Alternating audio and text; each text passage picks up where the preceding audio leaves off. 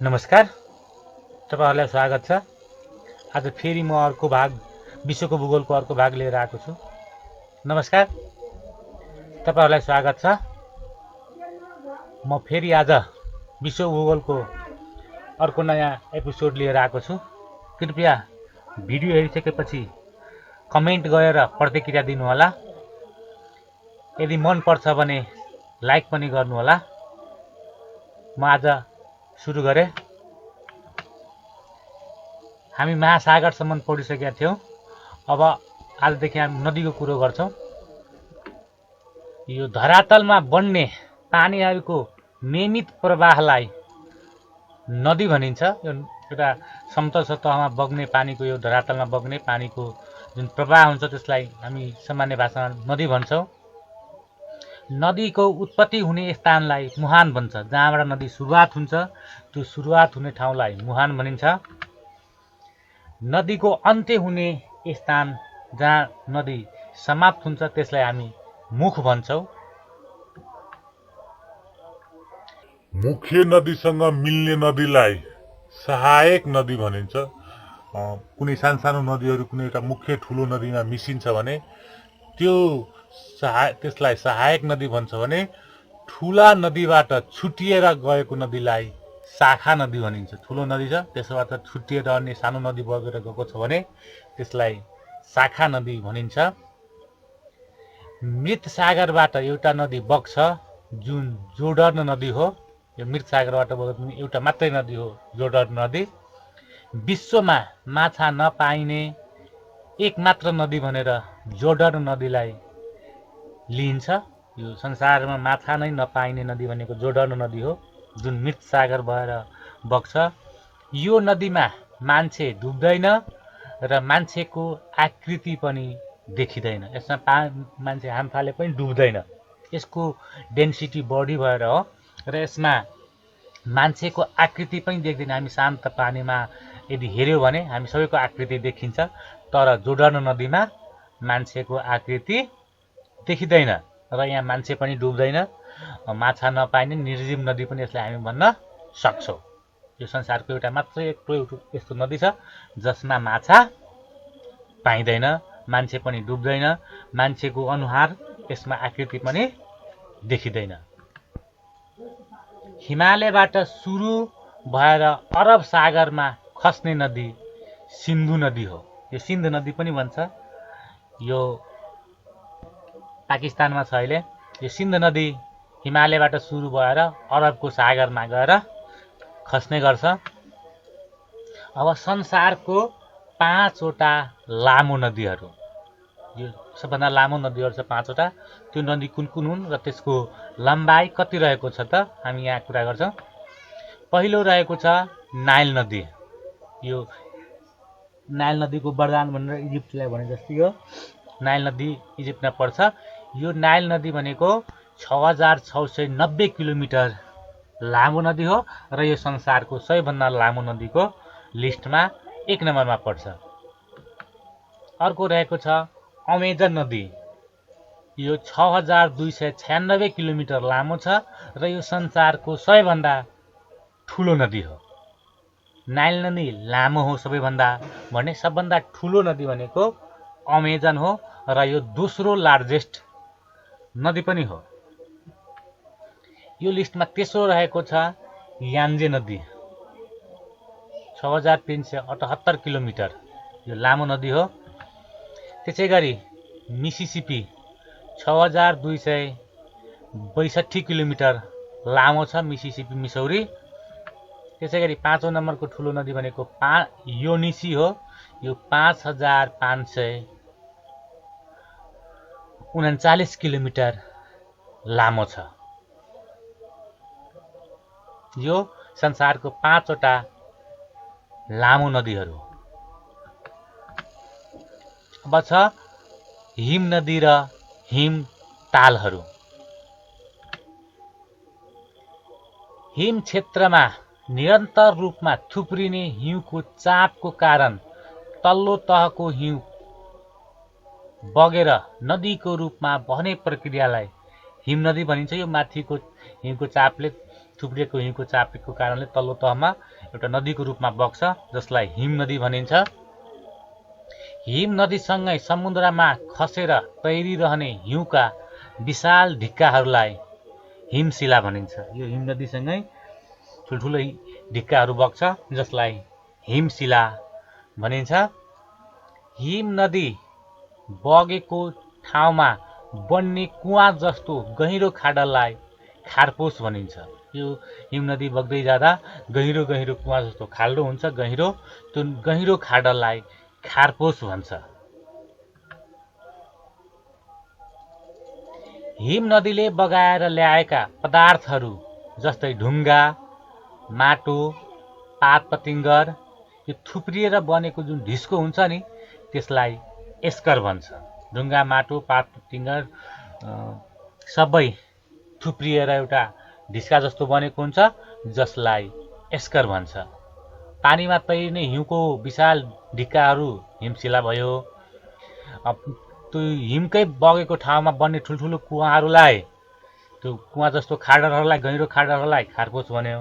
र हिम नदीले नै बगाएर ल्याएको विभिन्न माटो, पात पतिङ्गर, ढुङ्गाहरूलाई थुप्रिएर बनेको जुन ढिस्कोहरू हुन्छ नि, त्यसलाई एस्कर भनिन्छ। यो कुरो याद गर्नु पर्यो। हिम नदीले आफ्नो मार्गमा रहेका ठुला ठुला चट्टान उक्काउँदा बन्ने खाडललाई हिमसागर भनिन्छ। यो हिम नदीले आफ्नो मार्गमा ठुल्ठुलो जुन चट्टानहरू हुन्छ, त्यसलाई उप्काएर त्यहाँ एउटा खाडल बन्छ, एउटा ठुलो सागर जस्तो खाडल बन्छ, जसलाई हिमसागर भनिन्छ। हिम नदीले बगाएर ल्याएका ढुङ्गा, माटो, पात पतिङ्गर, झारपात आदिलाई हिममोड भनिन्छ। हिम नदीले बगाएर ल्याएको झारपात भयो, ढुङ्गा, माटो भयो, यो आदिकोलाई हिममोड भनिन्छ। अहिलेसम्म हामी कुरो गरेको हिम नदी के हो? हिमशिला, खारपोस, एस्कर, हिमसागर र हिममोड, यो 5-6वटा कुरा गऱ्यो अहिलेसम्म। हिममोड झारपात, ढुङ्गा, माटो ल्याएर जुन जम्मा गरेको हुन्छ, त्यसलाई हिममोड भन्छ। ठुल्ठुलो चट्टानहरू उप्काएर बनेको खाडल हामी हिमसागर भन्छौँ। ढुङ्गा, माटो, पात पतिङ्गर जुन हिम नदीले बगाएर ल्याएको हुन्छ, त्यसको ढिस्कोलाई हामी एस्कर भन्छौँ। त्यसै गरी हिम नदी बगेको जुन ठाउँहरूमा कुवा जस्तो गहिरो खाडलहरू बन्छ, जसलाई हामी खारपोस भन्छौँ। अनि हिम नदी बगेको ठाउँमा उसले ठुल्ठुलो हिमको ढिक्काहरूलाई बगाएर ल्याउँछ, जसलाई हामी हिमशिला भन्छौँ। अर्को चाहिँ यस्तै, विश्वको सर्वाधिक उचाइमा रहेको हिम नदी खुम्बु हिम नदी हो। यो नेपालमा पर्छ र यो 7600 मिटरको उचाइमा अवस्थित छ। यो हिम नदी संसारको सबभन्दा अग्लो स्थानमा रहेको हिम नदी हो, जुन नेपालमा रहेको छ। यो खुम्बु हिम नदी हो, जसको उचाइ 7600 मिटरको उचाइमा रहेको छ। अब छ महादेश अनुसार ठुला हिम नदीहरू। हिम नदी के भयो? हिमशिला, हिममोड, एस्कर, हिमसागर, खारपोस, यी कुराहरू हामी यसको कुरा गऱ्यौँ। अब छ महादेश अनुसार, यो 7वटै महादेशको ठुला ठुला हिम नदी कुन कुन हुन्, त्यसको बारेमा हामी छोटो कुरा गर्छौँ। यहाँ एसियाको सबभन्दा ठुलो हिम नदी भनेको सियाचेन हो। त्यसै गरी अफ्रिका महादेशको ठुलो हिम नदी भनेको किलिमन्जारो हो। त्यसै गरी उत्तर अमेरिकाको ठुलो हिम नदी हवार्ड हो। दक्षिण अमेरिकाको पेरिटो मरिनो हो। एसियाको सियाचेन, अफ्रिकाको किलिमन्जारो, उत्तर अमेरिकाको हवार्ड, दक्षिण अमेरिकाको पेरिटो मरिनो, यो हिम नदीहरू हो। त्यसै गरी अन्टार्क्टिका महादेशको लम्बाट हो, जुन संसारको सबभन्दा ठुलो हिम नदी पनि हो। युरोपको भट्ना जुगुल, यो युरोप महादेशको हिम नदी हो। त्यसै गरी अस्ट्रेलिया महादेशको ठुलो हिम नदी भनेको आइल्यान्ड हर्ड हो। र सबभन्दा ठुलो हिमनदी भनेको लम्बाट हो। यो लम्बाट भनेको अन्टार्क्टिका महादेशमा रहेको हिमनदी हो। यो संसारको सबैभन्दा ठुलो हिमनदी हो। सियाचेन एसिया, किलिमन्जारो अफ्रिका, हवार्ड उत्तर अमेरिका, पेइटो मरिनो दक्षिण America, Lambert Antarctica, Vatnajokull Europe, आइरल्यान्ड हर्ड अस्ट्रेलिया र यसमध्ये सबैभन्दा संसारको ठुलो हिमनदी भनेको लम्बाट हो। संसारको सर्वाधिक लामो र ठुलो हिमनदी लम्बाट हो, जुन अन्टार्क्टिकामा पर्छ र 400 किलोमिटर, यसको लम्बाइ 400 किलोमिटर रहेको छ भने दोस्रो ठुलो हिमनदी सियाचेन हो। त्यो सियाचेन हिमनदी हो जुन एसिया महादेशमा रहेको छ। नेपालको ठुलो हिमनदी भनेको लाङटाङ हिमनदी हो, जुन रसुवामा पर्छ र लामो हिमनदी भनेको खुम्बु हो, जुन सोलुखुम्बुमा पर्छ। नेपालको भयो ठुलो लाङटाङ, जुन रसुवा जिल्लामा छ, र लामो हिमनदी भनेको खुम्बु हिमनदी हो, जुन सोलुखुम्बुमा छ, र यो संसारको सबभन्दा अग्लो स्थानमा पनि रहेको हिमनदी पनि खुम्बु हिमनदी नै हो। दोलखाको छोरोल्पा ताल हिमनदीबाट निर्माण भएको छ। यो नेपालको सबैभन्दा ठुलो हिमताल हो। अब यसै गरी छ अर्को हाम्रो ताल सम्बन्धी जानकारी। चारैतिरबाट जमिनले घेरिएको पानीको भागलाई ताल भनिन्छ। विश्वको सर्वाधिक ठुलो ताल भनेको क्यास्पियन ताल हो। यो सबैभन्दा ठुलो ताल हो यो क्यास्पियन ताल। यो ताल काजाकिस्तान, तुर्कमेनिस्तान, अजरबैजान, इरान र रुसमा फैलिएको छ। सबैभन्दा ठुलो क्यास्पियन ताल भयो र यो काजाकिस्तान, तुर्कमेनिस्तान, अजरबैजान, इरान र रुसमा फैलिएको छ। यो 5वटा देशमा रहेको छ यो ताल। विश्वको सर्वाधिक गहिरो ताल भनेको बैकाल ताल हो। यो साइबेरियामा रहेको छ, साइबेरिया रुसमा, र यसको गहिराई 1642 मिटर रहेको छ। विश्वको सर्वाधिक उचाइमा रहेको ताल भनेको तिलिचो ताल मनाङ हो। यसको लम्बाइ 4 किलोमिटर र चौडाइ 1.2 किलोमिटर हो। यो समुद्री सतहबाट 4949 मिटरको उचाइमा अवस्थित छ। यो तपाईँ सबैजनालाई थाहा भएको कुरो हो। विश्वको सर्वाधिक ठुलो नुनिलो पानीको ताल भनेको मृत सागर हो। यो इजरायलमा छ। यो सबैभन्दा नुनिलो पानीको ताल हो यो मृत सागर। र विश्वको सर्वाधिक ठुलो स्वच्छ अर्थात् सफा पानीको ताल भनेर सुपेरियर ताललाई चिनिन्छ। यो अमेरिका र क्यानाडामा फैलिएको छ। सुपेरियर ताल यो ताजा पानीको ताल पनि भनेर यसलाई भनिन्छ। सफा पानी छ, यो स्वच्छ पानी हुन्छ यसको, जसको कारणले यो संसारको सबैभन्दा ठुलो तालको सफा पानीको तालको रूपमा यो लिने गरिन्छ। विश्वको सर्वाधिक ठुलो मानव निर्मित ताल भनेको भोल्टा हो, जुन घानामा रहेको छ, भोल्टा ताल। अब छ तालको किसिम। अब क्रेटर ताल भन्छ। ज्वालामुखीको मुख अर्थात् क्रेटरमा पानी जम्मा भई बढ्ने ताललाई हामी क्रेटर ताल भन्छौँ। यसलाई क्रेटर ताल भन्ने गरिन्छ। अर्को छ ज्वालामुखी ताल। ज्वालामुखीबाट आउने लाभाले नदी थुन्दा बढ्ने ताल। जुन ज्वालामुखी विस्फोटन हुन्छ, त्यो विस्फोटन भइसकेपछि त्यसको लाभा निस्किन्छ। त्यो लाभाले कुनै नदीलाई थुनेर जुन बढ्ने ताल हुन्छ, जसलाई ज्वालामुखी ताल भनिन्छ। अर्को छ त्रिकोण ताल। दुई हिम नदी मिल्दा बीचमा बन्ने ताल। दुईटा हिम नदीहरू मिलेर बीचमा जुन ताल बन्छ, जसलाई त्रिकोण ताल भनिन्छ।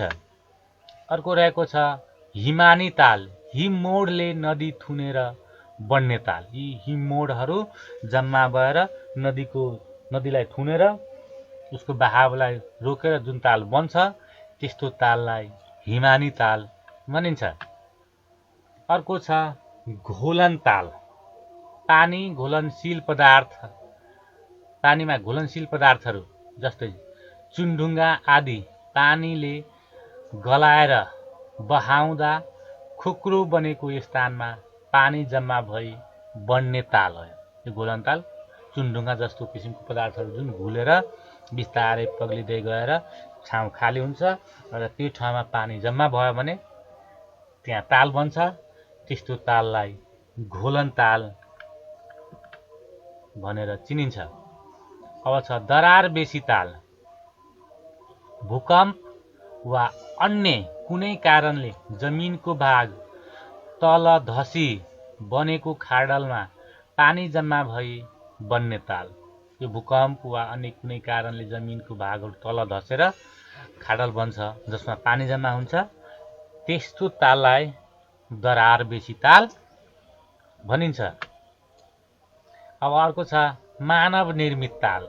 जलविद्युत, सिँचाइ आदि प्रयोजनका लागि मानिसले नदी थुनी पानी जम्मा गर्दा बनेको ताल, अर्थात् मानवहरूले खनेर बनाउने जुन ताल हुन्छ आफ्नो विभिन्न प्रयोजनको लागि, त्यस्तो ताललाई मानव निर्मित ताल भनिन्छ।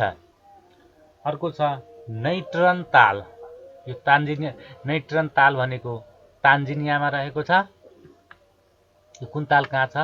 त्यसै गरी युराल ताल, यो रुसमा रहेको ताल हो। त्यसै गरी ओन्टारियो ताल, यो अमेरिका र क्यानाडामा पर्छ। यो ओन्टारियो ताल, यो कुन ताल कुन देशमा रहेको छ, त्यो केही महत्त्वपूर्ण तालहरू छ।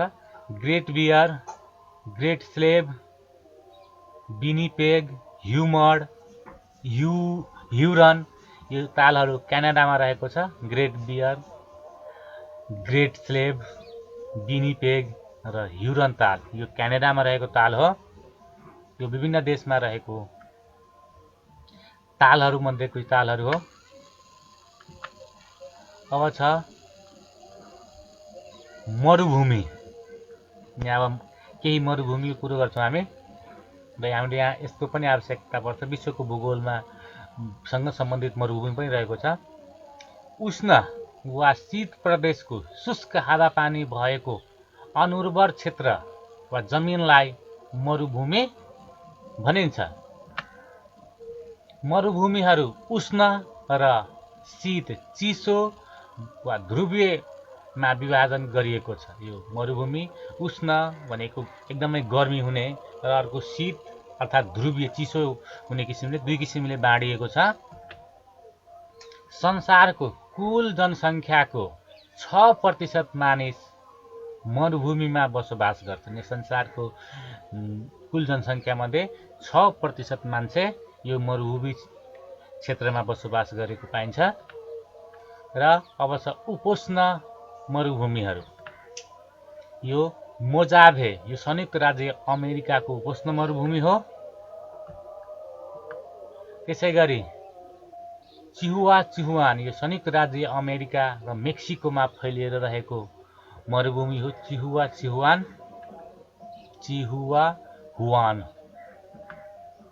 त्यसै गरी थार, यो उपोष्ण मरुभूमि अन्तर्गत पर्छ। चिहुवाहुआन, मोजाभे, थार। यो थार मरुभूमि भनेको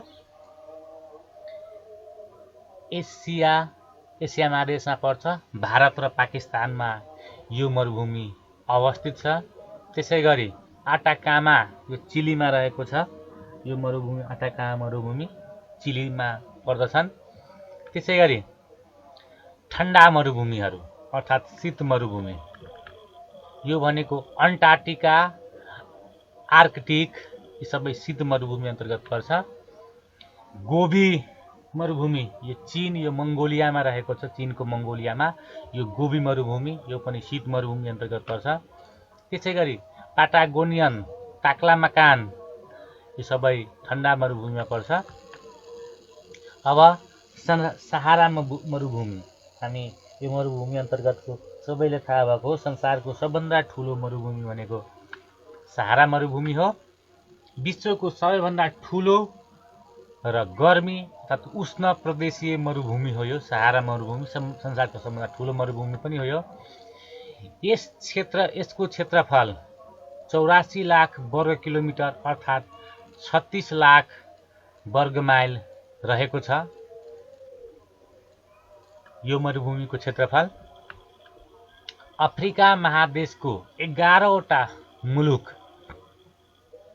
Libya, Sudan, Mali, Chad, Nigeria, Mauritania, Tunisia, Algeria, Morocco, Eritrea, पश्चिमी सहारामा यो फैलिएको छ। यो 11वटा यी देशहरूमा फैलिएर रहेको छ। Libya, Egypt, Sudan, Mali, Chad, Niger, Mauritania, Tunisia, Algeria, Morocco, Eritrea, पश्चिम सहारा यो 11वटा देशमा फैलिएर रहेको।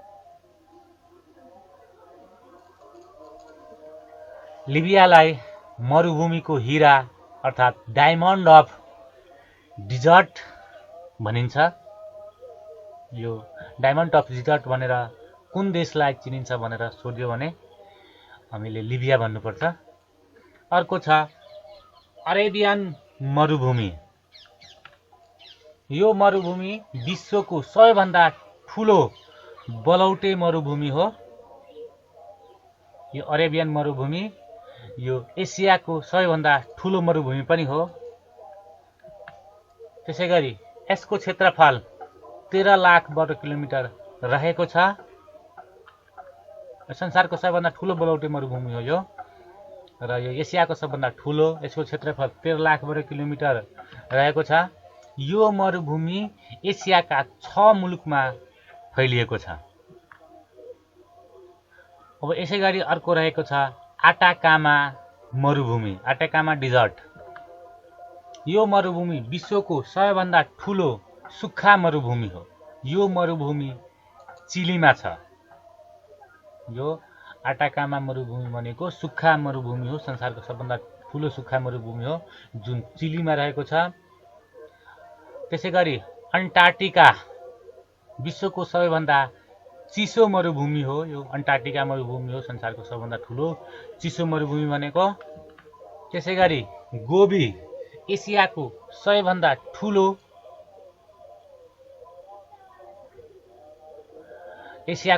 ठुलो चिसो मरुभूमि भनेको गोबी मरुभूमि हो जुन चीन मङ्गोलियामा रहेको छ। त्यसैगरी थार यो सार्कको सबैभन्दा ठुलो मरुभूमि हो। सार्क जुन भारत र पाकिस्तानमा पर्दछन्। थार मरुभूमि भनेको साउथ एसियन कन्ट्री अर्थात् सार्क देशहरूको सबैभन्दा ठुलो मरुभूमि हो भने गोबी मरुभूमि एसियाको सबैभन्दा ठुलो चिसो मरुभूमि हो। विश्वको सबैभन्दा ठुलो चिसो मरुभूमि हो भने गोबी।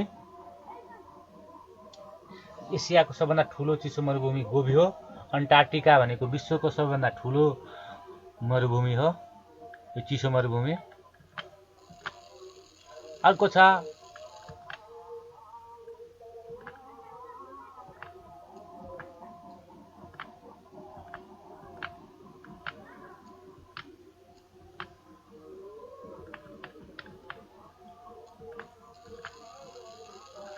त्यसैगरी पर्वत श्रृङ्खला। अब पहिलो छ हिमालयन पर्वत श्रृङ्खला। यो विश्वको सबैभन्दा उच्च स्थानको अर्थात् अग्लो पर्वत श्रृङ्खला हो। हिमालयन पर्वत श्रृङ्खला भनेको संसारको सबभन्दा अग्लो पर्वत श्रृङ्खला हो। यो एसियाको सबैभन्दा लामो पर्वत श्रृङ्खला हो। संसारको अग्लो र एसियाको लामो पर्वत श्रृङ्खला हो। यो पर्वत श्रृङ्खला एसियाका 6वटा मुलुक पाकिस्तान, भारत, नेपाल, चीन, भुटान र म्यानमारमा फैलिएको छ। पाकिस्तानदेखि लिएर म्यानमारसम्म यो 6वटा एसियाको 6वटा देशहरूमा फैलिएर रहेको हिमालयन पर्वत श्रृङ्खला भनेको हिमालय पर्वत श्रृङ्खला हो। यो पर्वत श्रृङ्खलाको सर्वाधिक अग्लो स्थान सगरमाथा हो। जुन नेपालमा रहेको छ। त्यसै गरी अर्को छ एन्डिज पर्वत श्रृङ्खला। विश्वको सबैभन्दा लामो पर्वतमाला भनेको एन्डिज पर्वत श्रृङ्खला हो। यसको लम्बाइ 7200 किलोमिटर रहेको छ। यो सर्वाधिक लम्बाइ हो। यो 7वटा देश Venezuela, Colombia, Ecuador, Peru, Bolivia, Argentina र चिलीमा फैलिएको छ। अर्थात् भेनेजुएलादेखि चिलीसम्म जम्मा 7वटा देशमा फैलिएर रहेको र संसारको सर्वाधिक लामो पर्वत श्रृङ्खला हो यो। अर्को रहेको छ युराल पर्वत श्रृङ्खला। यो पर्वतले एसिया र युरोपलाई छुट्याउने गर्छ। अर्थात् एसिया र युरोप महादेशको बीचमा युराल पर्वत श्रृङ्खला पर्दछन्। अर्को छ काकाकोरम पर्वत श्रृङ्खला। यसको लम्बाइ भनेको 500 किलोमिटर रहेको छ। यो पर्वत श्रृङ्खला एसियाका 5वटा मुलुक ताजिकिस्तान, अफगानिस्तान, पाकिस्तान, भारत र चीनमा फैलिएको छ। अर्को रहेको छ हाम्रो एटलस पर्वत श्रृङ्खला। यो अफ्रिका महादेशको सबैभन्दा ठुलो पर्वत श्रृङ्खला हो। यो पर्वत श्रृङ्खला अफ्रिकाका 3वटा मुलुक मोरक्को, अल्जेरिया र ट्युनिसियामा अवस्थित छ। त्यसै गरी कौकेसस पर्वत श्रृङ्खला। यो पर्वत श्रृङ्खला रुस, अजरबैजान, जर्जिया र अर्मेनियामा पर्दछ। यो युरोपको सर्वाधिक अग्लो पर्वत माउन्ट एल्ब्रुज यही पर्वत श्रृङ्खला पर्छ। युरोप महादेशमा रहेको सबभन्दा अग्लो पर्वत श्रृङ्खला भनेको माउन्ट एल्ब्रुज हो। त्यो माउन्ट एल्ब्रुज पनि यो कौकेसस पर्वत श्रृङ्खलामै पर्दछ। अर्को छ अल्पस पर्वत श्रृङ्खला। यो युरोपको तेस्रो लामो पर्वत श्रृङ्खला हो। यो पर्वत श्रृङ्खला युरोपका 7वटा मुलुक Switzerland, Italy, France, Germany, Australia, Slovenia, लिचेनस्टाइनमा फैलिएको छ। अर्थात् यो पर्वत श्रृङ्खला 7वटा युरोपियन मुलुकमा फैलिएर रहेको छ। त्यसै गरी द ग्रेट डिभाइडिङ रेन्ज। यो पर्वत श्रृङ्खला अस्ट्रेलियामा पर्दछ। यो अस्ट्रेलिया महादेशकै अस्ट्रेलियामा पर्छ। अस्ट्रेलिया महादेशको सर्वाधिक अग्लो शिखर माउन्ट कोस्कियुसको, जसको उचाइ 2228 मिटर रहेको छ, यो यही पर्वत श्रृङ्खलामा पर्दछ। यो द ग्रेट डिभाइडिङ रेन्जमै माउन्ट कोस्कियुसको पर्दछन्। त्यसै गरी अर्को रहेको छ रक्की पर्वतमाला। यो पर्वतमाला क्यानाडा र अमेरिकामा पर्दछ। सुमेरु पर्वत एडम्स पिक, यो हिन्दूहरूका भगवान बस्ने पर्वत, यसलाई मानिन्छ। हिन्दू धर्ममा यो एडम्स पिक अर्थात् यो सुमेरु पर्वतमालालाई धेरै महत्त्वपूर्ण रूपमा हेरिन्छ। यसलाई हिन्दू देवी देवताहरूको वासस्थान भएको पर्वतमालाको रूपमा लिने गरिन्छ। यो पर्वत श्रृङ्खला श्रीलङ्कामा रहेको छ। त्यसै गरी कार्डिलेरा, यो समुद्री सतहको सबभन्दा ठुलो पर्वतमाला हो। यो समुद्र मुनिको ठुलो पर्वतमाला हो यो कार्डिलेरा भनेर। त्यसै गरी माउन्ट फुजी, यो माउन्ट फुजी जापानको पर्वत एकदम सर्वाधिक चर्चित पर्वत श्रृङ्खला हो। यो विश्वको सर्वाधिक फोटो खिचिएको र चित्र कोरिएको पहाड हो र सबभन्दा धेरै व्यक्तिले आरोहण गरिएको पनि यही पर्वतमाला हो। यति बेलासम्म तपाईँहरू भिडियो हेर्नुभएकोमा तपाईँहरूलाई धेरै धन्यवाद। फेरि अर्को भागमा भेटौँला, तबसम्मको लागि नमस्कार।